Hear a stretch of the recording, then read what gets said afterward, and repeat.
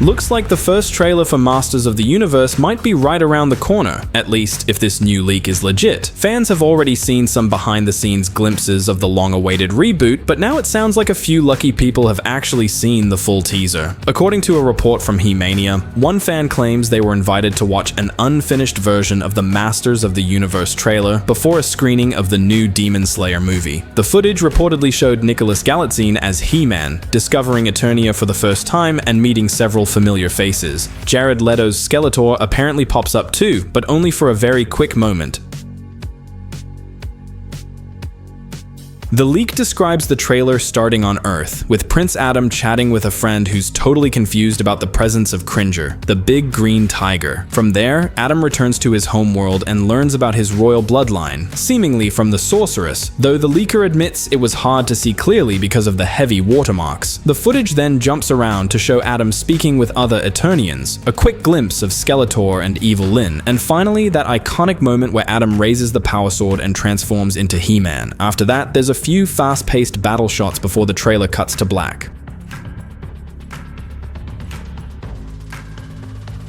The person who saw it says the teaser looked about 75% done, unfinished CGI, rough edits, the works, but still felt surprisingly faithful to the original cartoon, especially when it came to Skeletor's design. They added that there's a lot of Eternia featured throughout, and that Skeletor looked really good and canon accurate. Other characters were harder to make out due to the watermarks and incomplete effects. With Amazon Studios backing the movie, it sounds like we won't have to wait long to see the polished version ourselves. Since Masters of the Universe hits theaters next summer, there's a good chance the teaser will officially drop before the end of the year. The cast for Masters of the Universe honestly feels like one of the most interesting lineups we've seen for a fantasy blockbuster in a while. Nicholas Galitzine as He-Man is probably the biggest surprise. On paper, he's not the first name that comes to mind for such a role, but that's exactly what makes it exciting. He's been on a real rise lately, and he's been training hard for months to bulk up and nail that heroic silhouette. Physically, he's reportedly put on serious muscle and worked with stunt coordinators to make the sword fighting look authentic. But what really stands out is how he approached the role. He wanted He-Man to feel both powerful and human, not just some muscle-bound action figure.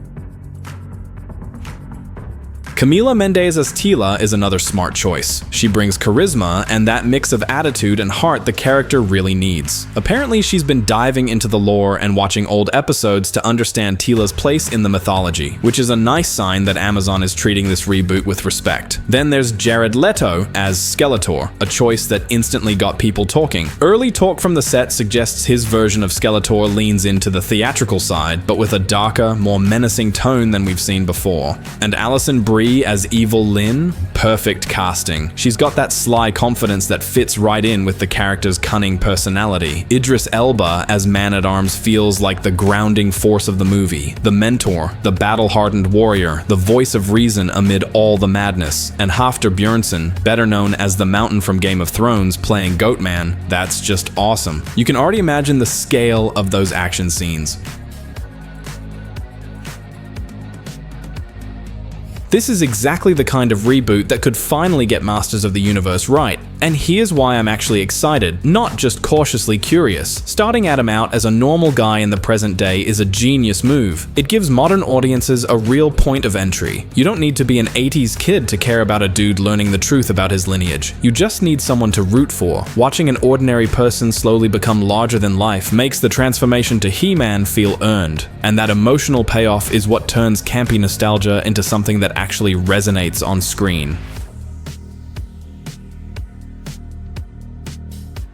Having Travis Knight at the helm only sweetens the deal. His work showed he knows how to balance big, dazzling visuals with quiet character moments. The kind of filmmaker who can make a sword raise feel like an emotional climax, not just a CGI stunt. That's exactly the tone this property needs. Spectacle with a beating heart. If Knight leans into the mythology instead of lampooning it, the movie can feel faithful without being stuck in the past. Faithful suits and toys' accurate designs are a surprisingly big deal. When you commit to the original look, but build it in a way that reads as real and tactile on camera, you satisfy longtime fans and give newcomers a clear visual language. Practical textures, armor that looks like it could actually weigh something, and creatures that feel physically present will sell the fantasy. It's a shortcut to credibility. If Eternia looks lived in and dangerous, the audience will accept pretty wild ideas that follow.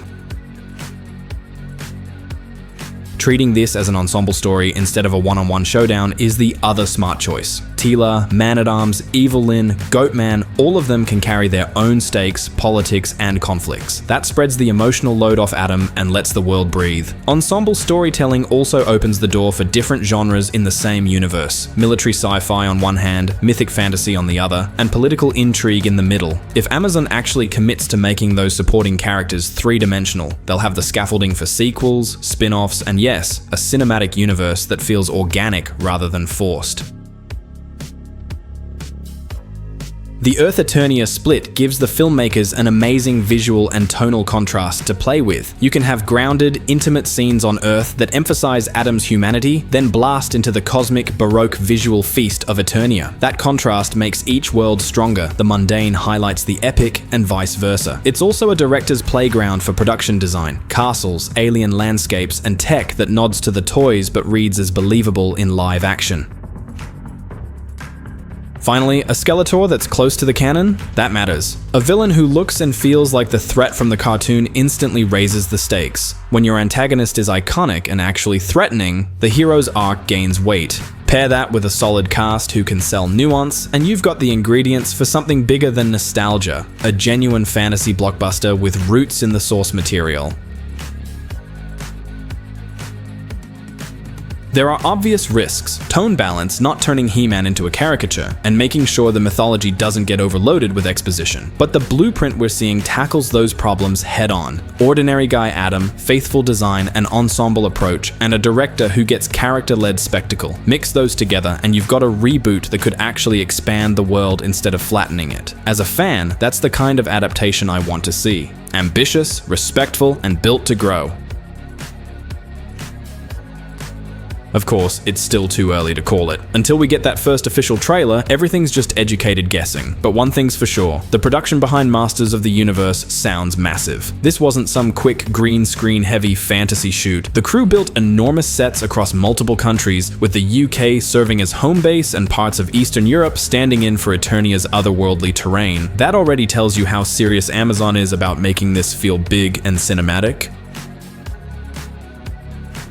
From what the cast has said, they went all in on practical world building. Full-scale castles, alien temples, sprawling battlefields. The kind of stuff that immediately grounds the fantasy. It's very Lord of the Rings meets Dune in terms of ambition. A world that looks ancient, lived in, and physically real. And if that attention to detail carries through to the final cut, we're in for something special. Imagine sitting in a theater and actually feeling like you've been dropped into Eternia.